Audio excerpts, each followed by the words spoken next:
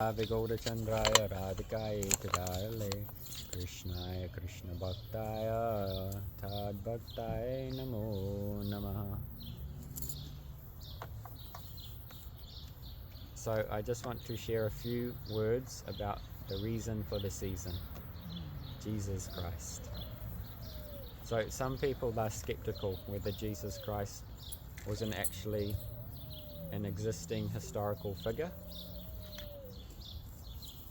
Some people, they question who Jesus Christ actually was. But here we are 2,000 years later. Pretty much everyone on the planet knows his name. Yeah? And at least in Western countries, everyone celebrates Christmas in some way. For many people, for the kids, it's a time of presents. For the advertisers, it's a time of business and making money. But for so many people, it's a time of getting together with their families.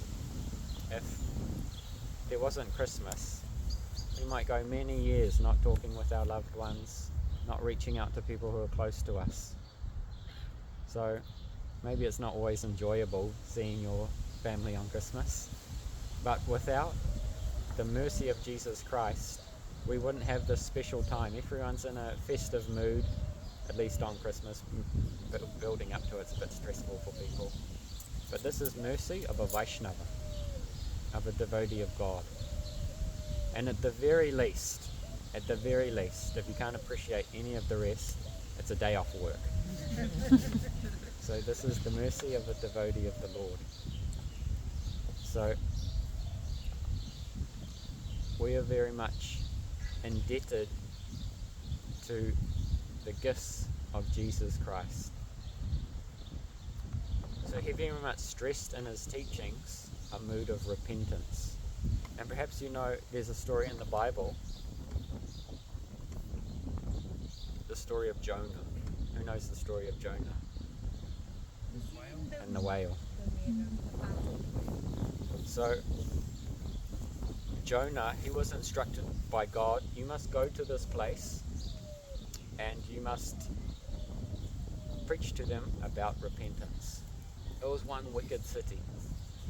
Everyone there was not interested in God. And Jonah was like, nah, I'm not really into it. I don't want to go to that place. I don't want to go to those people. Not to that guy. We've all got that guy in our life, right? Maybe not you guys, but I've got a few. So Jonah was like, that's over there. God's telling me to go that way. I'll just go this way, and I'll keep going, and I'll keep going, and I'll keep going till I reach the ocean. And then he got on one ship. His determination against God's will was quite strong. So then he got on the ship. And they were sailing across the ocean, and one huge storm came, some supernatural storm. And the captain of the ship had never seen it before. And then the other crew members on the ship thought, this is not natural, what is going on? And then they said, there's one stowaway here, one guy, bring him. So they brought him before the captain, and then he confessed, this is God's wrath upon me. And then he said, throw me overboard. So then the crew, they got one arm each and threw him into the ocean. And then when they threw him into the ocean, the storm stopped. And just at that time, a huge fish, some say a whale, swallowed Jonah. And he was in the stomach 3 days, 3 nights. So in our Gaudiya Vaishnava tradition, this story conveys it's one analogy for the pastime of the soul. Can anyone think what that story relates to in our Gaudiya tradition? Yes. God, yep, that's part of it. 3 days at Govardhan. Govardhan. Govardhan? I don't know, 3 days, 3 nights. I don't know, I'm making it That was up. 7. Okay, 7. It represents Jiva Tattva. When we go against God's will, we become covered by a material body and a material mind. And so this darkness of being in the belly of the whale, this represents the Baddha Jiva, the bound, conditioned soul in the material world. And so when we are in a state of vimukkhata, turned away from God, then we become covered by the material energy. Anadi Bahimukh. Since beginningless time, we've been turned away from God. But here we have the opportunity to antarmukh, to turn our head in the direction of the Supreme Lord. So, in the belly of the whale, Jonah had some time to contemplate. Oh, what am I doing? So then, he surrendered to the will of the Lord. And he got out of the mouth of the whale, and he went to that place, and he taught them about repentance. And surprisingly, the king and the villagers, they took his message on board. And Jonah was a little bit displeased, actually, still with Lord. How could you give mercy to those guys? But God's mercy is like the sun shining everywhere. It's not just shining on the pious people, it's not just shining on Indians, not just shining on Kiwis, the sun's shining everywhere. So God's mercy is everywhere on all people. And God said to Jonah, because Jonah was like, hey God, what are you doing? And he said, because Jonah actually had some affection for some plants that were giving him shade. And then God withered that plant away. And Jonah was like, oh, my plant. And then God said to Jonah, you had affection just for that plant. So how can I not have affection for all my children, even if they've turned away from me? So all the conditioned souls in the material world, they are turned away from God. But for some fortunate souls, we are trying to bring out vision in this direction. So the pastime of Jonah is analogous to the Jiva Tattva, the conditioned soul here in the material world. There's been many great Christian saints. Thomas Aquinas, when he was young, he was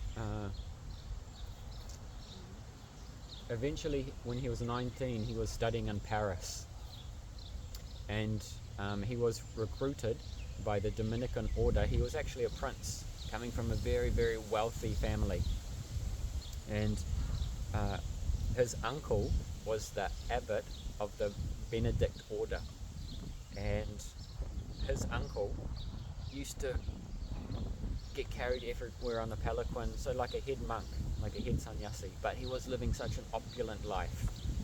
And then Thomas Aquinas, he was recruited by the Dominican order, and in that lineage they have a vow of poverty. They're like brahmacharis and sannyasis in the Christian tradition, and they live by begging. And so when Thomas Aquinas came across this, he was like, yes, this is true spiritual life, and he wanted to join them. And so he ran off with them, but his parents were not happy. And so one day he was at one river, big prince, you know, and he was drinking out of the river. And at that time his brothers came and they captured him, and they took him back and they basically imprisoned him in quite a comfortable way. And then they employed one very beautiful lady, because they thought, how could they break his determination to be with these brahmacharis, these sannyasis, you know, in the Christian way. And so they employed one very beautiful professional woman, and they put her in the room with Thomas Aquinas. And then Thomas Aquinas, he got a log out of the fire, and he went running towards that woman, and she became very scared and ran off. And then with the end of the log, it was like charcoal, when he drew one cross on the wall and he began to pray. And at that point, 2 angels came down from heaven, and they brought one board, and the monks, they used to wear a board here, And from the rest of his life, he wore that board around his waist. And he never became affected by any lust in his body and his mind. He became like an angel on earth for the rest of his life. And seeing this transformation, his mother was touched. And she allowed him to escape through the window. And so he made his way to Paris, and he was studying under one guy called Albert the Great. Albert Magnus, I think. Yeah, Magnus means great. Yeah. And so he was considered to be the smartest person in the world at the time by many people. And he was really big in stature. And he would not say so much, but he was very learned in mathematics, science, astronomy, so many things. And when he was younger, he was studying in school, and all his classmates ran to the window and like, "Oh, Albert, come and look at this, there's a pig flying in the sky." So Albert got up and he went running over to the window. He was looking, there was no pig in the sky. Then his classmates were like, "You're such an idiot. How could you think that there's a pig flying in the sky?" And then he said, "I would rather believe that there's a pig flying in the sky than my Christian brothers say a lie to me." That's the kind of faith that he had amongst his spiritual brothers and sisters. I would rather believe in a pig flying in the sky than my brothers in God would do something harmful to me. So this kind of simple devotion the great saints have. One day in Melbourne, Srila Prabhupada, he was asked about Saint Francis of Assisi. And the devotees were telling him, Saint Francis, he used to say, brother, sun, sister, moon. He would see all the trees and animals as his brother and sister. So they were asking Srila Prabhupada about this. And he said, topmost devotee. Because the Uttamadika sees everything in relation to Krishna. This is not some new age person, "Oh yeah, the tree's my brother, man." No, this is actual realizing everything has a relationship with God. Meister Eckhart, another saint in the Christian tradition, he calls God the ground of being.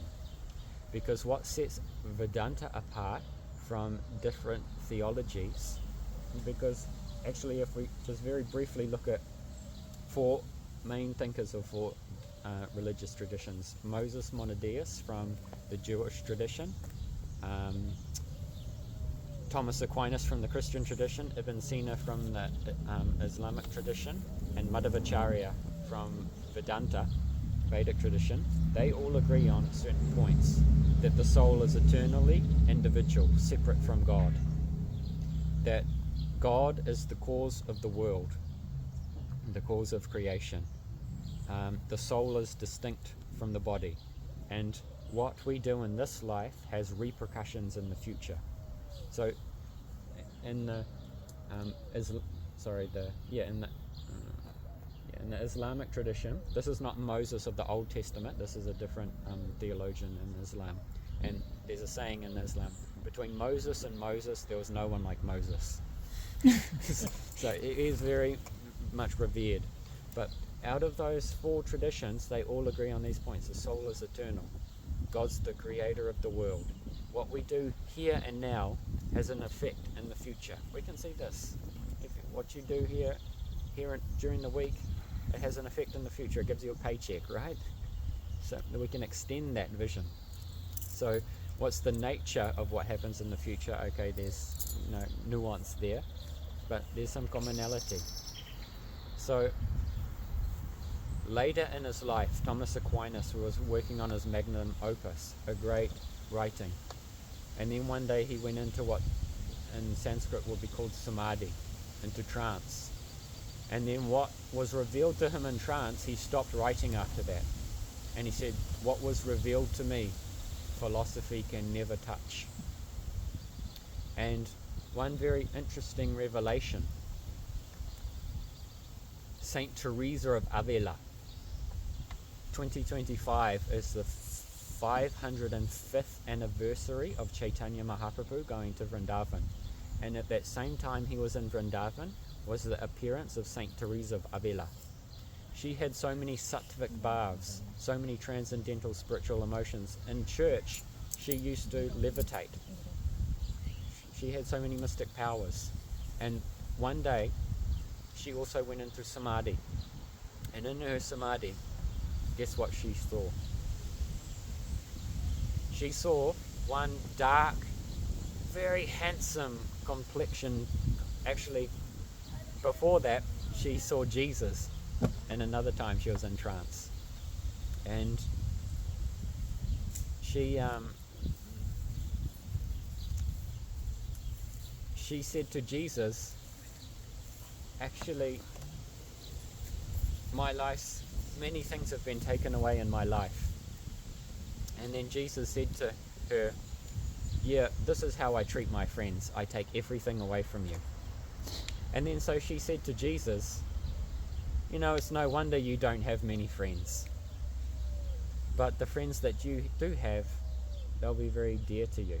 And Krishna says in the Krishna book, one sign I want to give my mercy to someone is I take everything away from them. All your friends will turn away from you. Your life will fall apart. This is God's mercy. So there's many parallels. So Saint Teresa of Avila, she was in trance, she was in samadhi. And one beautiful, dark complexioned person in the forest appeared to her on a jeweled throne. And he wasn't adorned with nice golden jewelry. He was adorned with one garland of flowers. And he was surrounded by so many maidservants. 5 years ago I was studying her work, Saint Teresa of Avila, and if you read her book, The Seven Interior Castles, or seven interior castles, 7 interior mansions, it's like reading the Gopis' prayers of the Bhagavatam. Very astonishing.